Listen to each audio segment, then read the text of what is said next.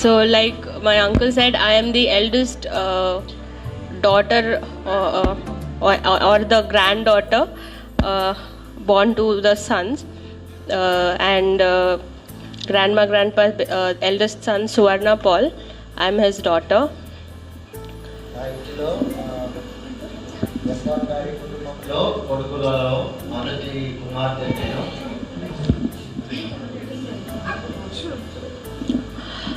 So, talking about my experience with my grandparents, I remember as kids, whenever we had holidays, we used to come to see them. మా నాన్నమ్మ మా తర్వాత తాతయ్య వాళ్ళతో ఉన్నటువంటి అనుభవము, మేము సెలవు దినాల్లో వారి ఇంటికి వచ్చేవాళ్ళం. So, we as grandpa used to be very happy whenever we would come, and he would introduce everyone. Like after the church was over, we used to all stand in one line, and she's my eldest son's daughter, my daughter's daughters, and he used to be so happy to introduce us to the church. ఆదివారము కూడిక అయిపోయిన తర్వాత, meeting అయిపోయిన తర్వాత మేము వారి దగ్గరికి సెలవు దినాల్లో వస్తాం కనుక, కూడిక అయిపోయిన తర్వాత మమ్మల్ని అందరినీ వరుసగా నిలవబెట్టి, ఇదిగో మా కుమారుని కుమార్తె, మా కొడుకు కూతురు అట్లా అని పరిచయం చేసి చాలా సంతోషపడేవాడు. So, and we could literally see the happiness on his face. It's like he'd be waiting to, welcome his grandchildren, his children. And I've seen that he would emphasize more on relationships, on bondings, just like how we as children of God, we need to have our relationship with Christ. Similarly, he used to portray that, and he used to want us to have that relationship among children and among grandchildren. ఆయన ఆ విధంగా ఎందుకు చేసేవాడంటే, దేవునితో పాటు మనకు ఎట్లా సంబంధం ఉండాలి అనేటువంటి దానికి ఉదాహరణగా ఆయన నొక్కి చెప్పేవాడు. ఏ బంధం ఉంది, మాకు ఏ విధంగా ఈ అమ్మాయి బంధువురాలు, లేకపోతే ఎట్లా కుమారుని యొక్క కొడుకు కూతురు అనేటువంటి బంధాలను చాలా గట్టిగా నొక్కి చెప్పేవాడు. And whenever we were as kids, we used to play, I would never see him sit idle. Either he's walking, he's praying, or he's in his bedroom, he's just sitting, and I could just see his lips moving, which means he's always praying. నేను సెలవు దినాల్లో వచ్చినప్పుడు ఏ రోజు కూడా, నేను ఆడుకుంటూ ఉన్నప్పుడు కూడా ఆయనను చూసింది 24 గంటలు ఆయన ప్రార్థన చేస్తూనే ఉన్నాడు. ఎప్పుడు కూడా ఖాళీగా కూర్చున్నట్లు నేను చూడలేదు. And whenever we had time, he had time, when we used to sit with him, we would play games with him. Even though he's a grandfather, he was literally like a friend to us. He would play with us, and he would talk so many things from the Bible, and he was to tell us that how we need to live our lives in this world. కాబట్టి ఆయన మాకు తాతయ్య అనే పేరే కానీ, ఆయన మాకు స్నేహితుల్లాగానే ఉండేవాడు, మాతో కలిసి ఆడుకునేవాడు, తర్వాత మాకు కథలు చెప్పేవాడు, తర్వాత దేవుని వాక్యమును కూడా మాకు మధ్యలో బోధిస్తూ ఉండేవాడు. Also, like Rachel Vadina said, he would, more than telling how you have to live your life, he was a living example of how we should live our lives. చూడండి, ఆయన మా ముందు ఆయన నడుస్తున్నప్పుడు మాకు మంచి ఉదాహరణగా, మా మాదిరిగా ఎట్లా జీవితంలో జీవించాలి, ఎట్లా జీవన విధానం ఉండాలి అనే సంగతులన్నీ కూడా ఆయన చెప్పేవాడు. So practically, just by seeing him and grandma do the service in God's house and love children of God, we could learn so much from him. మేము ఆయన మాకు కూర్చోబెట్టి జీవన విధానము మాకు బోధించలేదు, కానీ ఆయనను చూస్తూ ఉండగానే మేము ఆయన ఎట్లా ప్రవర్తిస్తున్నాడు, ఆయన జీవిత విధానం ఎట్లా ఉంది అనేటువంటి సంగతులను చూస్తూ, మా నానమ్మ కూడా ఆమె దేవుని మందిరంలో పనిచేస్తూ తర్వాత మమ్మల్ని కూడా ఏ విధంగా చూసుకునేదో, వీటన్నిటిని బట్టి మేము వారిని గమనిస్తూ నేర్చుకున్నాం.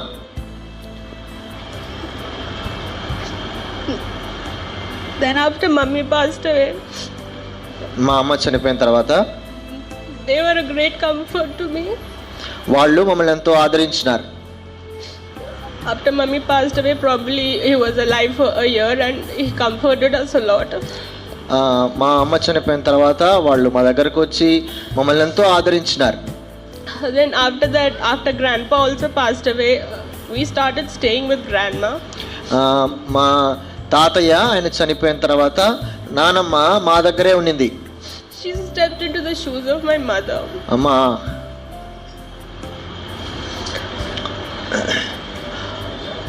అమ్మ స్థానంలోనికి మా నాన్నమ్మ వచ్చింది.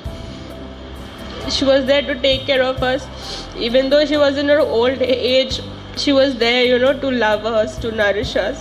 to take care of us.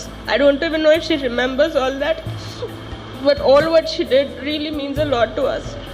మా నాన్నమ్మ మా అమ్మలాగానే చూసుకుంటూ వచ్చింది, తర్వాత మమ్మల్ని పోషిస్తూ వచ్చింది, మా యొక్క బాగోగులన్నీ చూసుకుంటూ వచ్చింది. At times she would really irritate, she used to nag, but all that was because of her age, but just because of her love, she used to, take care of us, be with us. She would ensure we were eating, we were living our lives right, and she would ensure that we didn't feel alone, or we didn't feel motherless with having no mother. కాబట్టి నానమ్మ మాతో ఉన్నప్పుడు కొన్నిసార్లు అరిచేది, కొన్నిసార్లు సనిగేది, గొనిగేది. ఆమె వయసును బట్టి ఆ విధంగా చేసేది. అయితే ఆమె ఏమి చేసినా కూడా మా యొక్క క్షేమము కొరకు, మేము బాగా ఉండేదాని కొరకు, మేము తిన్నామా లేదా అనేటువంటి సంగతులను చూసుకునేదాని కొరకు మా అమ్మ స్థానము ఆమె తీసుకొని ఆమె ఆ విధంగా మమ్మల్ని చూసుకునేది. So God never left my hand even after I lost my mother. He gave me an elderly mother who was there to take care of me, and ever since he's been there guiding me, and I really thank him a lot for that. కాబట్టి మా అమ్మ చనిపోయిన తర్వాత కూడా అంతకంటే పెద్ద వయసులో ఉన్నటువంటి అమ్మను మాకు దేవుడు ఇచ్చాడు, మమ్మల్ని చూసుకోవటానికి, మమ్మల్ని పరామర్శించడానికి, ఆదరించడానికి మా ఇంటిలోనే నానమ్మను మా కొరకై ఉంచినాడు. It's really my privilege, I could say, that we had some time to spend with her, because as kids we would just go stay for some time and come back, but I could live with her for few years, and I'm happy about that. మేము చిన్నగా ఉన్నప్పుడు కేవలము సెలవు దినాల్లో మాత్రమే వాళ్ళ ఇంటికి వెళ్ళేవాళ్ళం. కానీ అయితే దేవుడు నాకు తనతో పాటు కొన్ని సంవత్సరాలు ఆ విధంగా ఉండటానికి పెద్దగా అయిన తర్వాత అది నేను ఆధిక్యతగా భావిస్తున్నాను. So I just want to say that, thank you to the church also and to Baba also to arrange something like that where we could all come together and live all those memories and be happy about it. కాబట్టి సంఘానికి, ఇక్కడ ఉన్నటువంటి కొలనుపాక సంఘానికి ఎంతో వందనాలు. ఇట్లాంటి బంధువులందరినీ సమావేశపరిచేటువంటి కూడికను పెట్టినందుకు మా బాబాయ్ సామ్యుయల్ పాల్ గారు, ఆయన మీ సేవకుడు, ఆయనకు కూడా వందనాలు తెలుపుతున్నాను. Thank you for your time, and please do remember us in your prayers. మా కొరకు కూడా మీరు ప్రార్థన చేయండి. మీ అందరికీ వందనాలు. నా పేరు రిప్కా. అందరికీ ప్రైజ్ ది లార్డ్. నేను ఇక్కడ వచ్చి అమ్మమ్మతో చాలా బాగా టైం స్పెండ్ చేసినాను. చాలా రోజులు ఉండింది అమ్మమ్మతో టైం స్పెండ్ చేయాలని, కానీ దేవుడు చిత్తం లేదు. దేవుని చిత్తానుసారంగా అందరం ప్రేయర్ చేసి ఇక్కడికి వచ్చాము. నేను అసలు పాపతో టైం స్పెండ్ చేస్తుందో లేదో ప్రేయర్ చేయించుకోవాలని చాలా ఆశ ఉండేది. బావతో కూడా చెప్పేదాన్ని వెళ్దామని. కానీ దేవుడు కరోనా సమయంలో బాగా అమ్మమ్మతో మాట్లాడడానికి టైం ఇచ్చినాడు. లేకపోతే ఇద్దరం వచ్చేవాళ్ళం కాదు, ఒకరే రావాల్సి వచ్చేది. ఇంత టైం కూడా స్పెండ్ చేసే వాళ్ళం కాదు. కానీ చాలా తాతయ్యని కూడా చాలా మిస్ అవుతున్నాను. డాడీ ఎప్పుడు చెప్పేవాడు తాతయ్య వాళ్ళ విశ్వాసము, తాతయ్య ఎలా పెంచాడో, నానమ్మ కూడా ఎట్లా డాడీని పెంచిందో, ఎంత ఆత్మానుసారంగా పెంచారో మాకు కూడా చాలా రోజు చెప్పేవారు. ప్రతి ఫ్యామిలీ పేరులో తాతయ్య గురించి వచ్చేది ప్రతిరోజు. నేను చాలా బాధపడేదాన్ని. నేను కూడా పెద్ద పాప అంటే బాగుండు కదా, తాతయ్య ఆడుకున్నాడు బాగా నీతో అని చెప్పేవాళ్ళు ప్రతిరోజు. ఇప్పుడు అనిపిస్తుంది నాకు నేను చాలా టైం స్పెండ్ చేయలేకపోయాను. ఇప్పుడైతే ఇంకా ఎన్ని ఆత్మీయమైన విషయాలు నేర్చుకోవచ్చు అని ప్రతిసారి మేమిద్దరం, నేను బావ మాట్లాడేటప్పుడు కూడా నేను తాతయ్య గురించి చాలా చెప్పేదాన్ని. ఇట్లా పెంచినాడు, మా డాడీ వాళ్ళు కూడా అలానే మమ్మల్ని పెంచుతూ వచ్చినాడు. మేము కూడా పాపని కూడా అలానే పెంచాలని మా కోసం బాగా ప్రార్థన చేయండి. అమ్మమ్మ మాతో 8 months ఏమో ఉండింది ముదిగుబ్బలో. నాకు తాతయ్య కన్నా అమ్మమ్మతోనే ఎక్కువ బాగా పరిచయం ఉంది. నానమ్మ నేను అమ్మమ్మ పక్కనే నేను, పెర్సీ, స్మైలీ హవిలా పడుకునే వాళ్ళం మేము నలుగురం. నైట్ అంతా ప్రేయర్ చేసేది అమ్మమ్మ అయితే. నైట్ అంతా మా కోసం మీరు బాగా చదవాలి, మీరు బాగా ఆత్మీయంగా ఉండేవాళ్ళు, మమ్మీ డాడీకి లోపడాలి అని చాలా ఎప్పుడు ఆత్మీయమైన విషయాలు చెప్పేది. చాలా కథలు చెప్పేది, బాగా ఎంటర్టైన్మెంట్ చేసేది, రాత్రంతా ప్రార్థన చేసేది. ఒక్కొక్కసారి కోపం వచ్చేది, మమ్మీ ఎప్పుడైనా అన్నం సరిగా చేయనప్పుడు తిట్టా ఉండేది. కానీ చాలా ప్రేమిస్తుంది. ఒక్కసారి తిట్టినా కూడా మరి వచ్చి క్షమాపణ అడగడం అట్లా చాలా బాగుండేది. మేము చాలా మిస్ అయినాం మా అమ్మమ్మని. ఇంకా ఎంత ఏజ్ అయినా కూడా ఇంకా ఉండాలనిపిస్తుంది.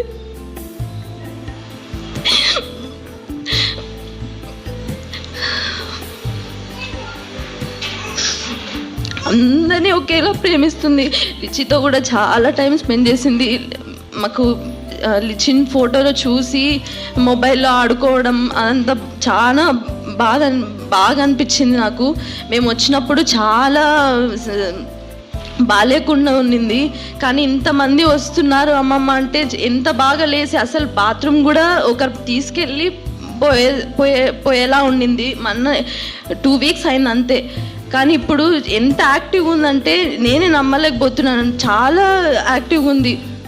అందరూ వస్తున్నారని నాకు చాలా సంతోషం వేసింది. మేము కూడా అమ్మమ్మ తాతయ్య లాగా మా పిల్లల్ని పెంచుటకు వారి విశ్వాసం, డాడీ ఎప్పుడు చెప్పేవాడు తాతయ్య విశ్వాసం ప్రతి కరోనా టైంలో కూడా మేము చాలా సఫర్ అయ్యాం.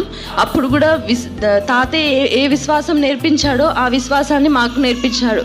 ఆ విశ్వాసం ద్వారా మేము ఇంతవరకు బ్రతకగలుగుతున్నాం. మా కోసం, మా కుటుంబం కోసం అందరూ ప్రార్థన చేయండి. అందరికీ ప్రైజ్ ద లార్డ్. నా పేరు పెర్సిస్. నాకు ఫస్ట్ ఆఫ్ ఆల్ దేవునికి చాలా థ్యాంక్స్ చెప్పాలనుకుంటున్నాను. ఎందుకంటే నేను ఇక్కడికి హైదరాబాద్కి గ్రాండ్ మా కింద పడిందంట అని అంటూనే నేను ప్రేయర్ చేసుకున్న, దేవా నీ చిత్తం అయితేనే గ్రాండ్ మా చూడడానికి మమ్మల్ని తీసుకెళ్ళు. ఎందుకంటే ఎక్కువ మెమొరీస్ మాకు గ్రాండ్ మాతో కానీ గ్రాండ్ పాతో కానీ ఎక్కువ లేవు. ఇప్పుడు తీసుకెళ్ళినావంటే నాకు గ్రాండ్ మాతో ఏదో ఒక మెమొరీ ఉండాలా, నేను ఏదో ఒకటి నేర్చుకోవాలా గ్రాండ్ మా దగ్గర అని ప్రేయర్ చేసుకున్నా. తర్వాత దేవుడు ఆశ్చర్యంగా తన చిత్త ప్రకారంగా ఇక్కడ తీసుకొని వచ్చాడు. తర్వాత నేను వచ్చిన తర్వాత గ్రాండ్ మాతో ఎట్లా టైం స్పెండ్ చేయాలబ్బా, ఎప్పుడు ఖాళీగా ఉంటుంది అని చాలా ఆలోచించిన. తర్వాత ఒక టైం దొరికింది. అప్పుడు గ్రాండ్ మా దగ్గర కూర్చొని మాట్లాడుతుంటే గ్రాండ్ మా ఎప్పుడు ఆత్మీయమైన విషయాలు మాత్రమే మాట్లాడుతుంది. అంటే మనం మాట్లాడే విధానం బట్టి తనకు తెలుస్తుంది. ఎందుకంటే పరిశుద్ధాత్మ ద్వారా తను బాగా నిండి ఉంది కాబట్టి, సంపూర్ణంగా ఉంది కాబట్టి తెలుస్తుంది ఎవరు ఎట్లా మాట్లాడతారు. దగ్గరికి వెళ్ళి ఏంది ఇట్లా రావే అని చెప్పి నాకు నడుము నొప్పిస్తుంది అట్లా పట్టుకొని ఇది జండు బామ్ పట్టించి నన్ను మసాజ్ చేయవా అనింది. అంటే నేను ప్రార్థన చేసుకున్న, దేవా నాకు ఇంత యోగ్యత లేదు, కానీ నేను అడిగినా కాబట్టి నా ఆశ నెరవేర్చినావు, నీకు చాలా థ్యాంక్స్ అని చెప్పిన. సరే అని ఒత్తుతుంటే చెప్తుంది, గ్రాండ్మా నీకు ఏం కావాలి గ్రాండ్మా, నువ్వేం కోరుకోవాలనుకుంటున్నావు, ఫైనల్గా నీకు ఏం కావాలంటే ఏం లేదే నాకు డబ్బులు కావాలి అనింది. ఎంత కావాలి గ్రాండ్మా అంటే చిన్న కోరికే, ఎంత కావాలి గ్రాండ్మా అంటే 30 రూపీస్ చాలు అనింది. నాకు అనిపించింది అసలు ఎంత అమాయకంగా, ఎంత చాలా క్యూట్, నాకైతే అప్పుడు చాలా క్యూట్ అనిపించింది. ఇంత 30 రూపీస్ అంటే ఇంకా పాతకాలంలోనే ఉందేమో అనుకున్నా. 30 రూపీస్ ఏంది గ్రాండ్మా, 30 రూపీస్ చాలా నీకు అంటే, సరే నువ్వు ఎంత ఇస్తావంటే, నువ్వు అడుగు ఎంత కావాలంటే, సరే 1000 రూపాయలు నాకు అనింది. సరే గ్రాండ్మా నేను సంపాదించినప్పుడు కంపల్సరీ తెచ్చిస్తానులే నీకు అంటే, నాకు ఇప్పుడే కావాలి, నువ్వెంత తెస్తావో నాకు ఇంకా ఎక్కువ ఇస్తావా, ఎట్లయితే ఇంకా ఎక్కువే ఇవ్వని. అంటే ఆ టైం స్పెండ్ చేసేటప్పుడు ఫస్ట్ క్వశ్చన్ అది అడిగిన. తర్వాత నువ్వు మమ్మల్ని అందరినీ ఎలా ఉండాలని కోరుకుంటున్నావు గ్రాండ్మా అంటే, మీరందరు భయభక్తులు కలిగి ఉండాలి. గ్రాండ్ పా ఉన్నప్పుడు మాకు తెలియదు కాబట్టి గ్రాండ్ పా మేము ఆ టైంలో చాలా చిన్న పిల్లలం కాబట్టి ఏమన్నదంటే, మీరు భయభక్తులు కలిగి ఉండాలి, దేవునిలో బాగా పెరగండి, పరిశుద్ధాత్మ నడిపింపు మీకు ఉండాలి అని ఆత్మీయంగా చెప్పింది. అప్పుడు అనిపించింది ఈ వయసులో కూడా ఆ మాటలు గుర్తుండడం నాకు చాలా సంతోషం అనిపించింది. తర్వాత ఇంకా చాలా మాటలు చెప్పింది, మేము ఇట్లున్నాము, భయభక్తులు కలిగి దేవునిలో ఇట్లా ఏదన్నా కానీ విశ్వాసం కలిగి జీవించండి అమ్మ, ఒకరికొకరు కొట్లాడకుండా యూనిటీగా ఉండండి, ఇది ఎక్కువగా చెప్పింది. తర్వాత అన్నం తినడానికని ఇంక అందరం కూర్చున్నాం. అప్పుడు చిన్న మమ్మీ చిన్న డాడీ మమ్మీ డాడీ వాళ్ళు కూడా లేరు. చిన్న మమ్మీ వాళ్ళు సిస్టర్స్ మీటింగ్కి వచ్చినారు. అప్పుడు జో నేను స్మైలీ ఉన్నాము, హవిలక్క కూడా ఉంది. నేను హవిలక్క క్లాసెస్ వింటున్నాము. వింటున్నా. నేను ఇయర్ ఫోన్స్ పెట్టుకున్నా. జోగాడు స్మైలీ ఉన్నారు. గ్రాండ్మా వచ్చి సడన్గా ఇట్లా కూర్చొని చెప్తుంది, అరే నాకు జోతో చెప్తుంది, అరే నాకు దేవుడు పిలుస్తున్నాడు రా, నన్ను దేవుడు పిలుస్తున్నాడు, నువ్వు బలహీనం అయిపోయినావు కదా, ఇంకా నువ్వు నా దగ్గరికి వచ్చేయి, నువ్వు నాకు కావాలి, ఇంకా నువ్వు ఇక్కడ జీవించింది చాలు, నువ్వు చాలా బలహీనం అయిపోయినావు, సిద్ధపడు అని దేవుడు చెప్పినాడని చెప్పి నేను సిద్ధపడుతున్నానమ్మా అని మాతో చెప్తుంది. అంటే ఇంక అప్పుడు ఎవ్వరు లేరు, మేమే ఉన్నాం కాబట్టి మాతో చెప్తుంది. నేను జో వచ్చి అక్క చూడక్క ఏమో చెప్తుంది, గ్రాండ్మా చూడు అంటే మేమందరం అడిగితే అదే చెప్పింది. తర్వాత చిండాడి మేము అంత లోపల వీళ్ళు వచ్చినారు, వచ్చి చెప్తే బాబాయ్ ఇట్లా అంటుంది గ్రాండ్మా, మరి ఏందో తెలియదు అని అడిగితే చెప్పింది, ఇట్లా దేవుడు పిలిచినారు, మీరేం టెన్షన్ పడద్దు, నేను ఉంటాను, కానీ దేవుని సమయం వచ్చింది కాబట్టి నేను సిద్ధపడతాను, సిద్ధపడిన తర్వాత దేవుడే నన్ను తీసుకెళ్తాడు అని చెప్పింది. తర్వాత అప్పుడు అనిపించింది, నేను ఎంత ఆత్మానుసారంగా ఉంది చూడు గ్రాండ్మా, నేను కూడా అట్లా నడుచుకోవాలి, ఏదన్నా కానీ ఓపిక సహనం ఎక్కువ. ఒకరోజు రాత్రి 11:30కి మొన్న చాలా మేము వచ్చినప్పుడు ఎంత అంటే నడవలేకపోయింది, చాలా బలహీనంగా పడుకోనే ఉంది. 11:30 అవుతుంది, గ్రాండ్మా ఏంటి గ్రాండ్మా ఈ టైంలో నువ్వు లేచి ఒకదానివి వెళ్తున్నావు అంటే, లేదే వాష్రూమ్కి వెళ్తే, నేను అప్పుడే వాష్రూమ్ నుంచి వచ్చిన, నువ్వు ఒక్కటే నడవగలవా అంటే, నేను ఒక్కటే నడవలేదే, దేవుడు కూడా నాతో ఉన్నాడు, ఆయన నడిపిస్తాడు, దేవుడే నన్ను పట్టుకొని నడిపిస్తాడు అని చెప్పింది. అలా నాకు అప్పుడు ఎంత అంటే దేవుడు మనం కూడా అట్లా సాక్ష్యం కలిగి ఉండాలా అని అనిపించింది. ఏది చెప్పినా నేను అడిగిన ప్రతిసారి నాకు చెప్పే ఒక మాట ఏదంటే 2 మాటలు మాత్రమే చెప్పేది, మీరందరూ యూనిటీగా ఉండాలి అని, ఇంకొకటి దేవుని అందు భయభక్తులు కలిగి ఉండాలి, మంచి పేరు తేవాలి అని చెప్పేది. ఎప్పుడైనా నేను ఫ్యామిలీ ప్రేయర్లో కానీ నా సొంత ప్రార్థనలో కానీ మా మమ్మీ మా డాడీ వాళ్ళ నాన్న ఒకసారి మర్చిపోయానేమో కానీ గ్రాండ్మాని అమ్మమ్మని ఎప్పుడు జ్ఞాపకం చేసుకునేదాన్ని, గ్రాండ్మా ఆరోగ్యం జ్ఞాపకం తెచ్చుకోదేవా అని. గ్రాండ్మా ఇప్పుడు మేము ఈ స్థానంలో మేమందరం, నేను ఒక్కటే కాకుండా అందరూ ఈ స్థానంలో ఉన్నామంటే గ్రాండ్మా ప్రేయర్స్ వల్లే. కాబట్టి వాళ్ళు మన కోసం ప్రార్థించారు కాబట్టి మనం కూడా వాళ్ళ కోసం ప్రార్థించాలని కోరుకుంటున్నాను. గ్రాండ్మా ఏదైతే మనల్ని ఎలా ఉండాలని కోరుకుంటుందో అలా ఉండాలని నేను కూడా కోరుకుంటున్నాను. Praise the lord.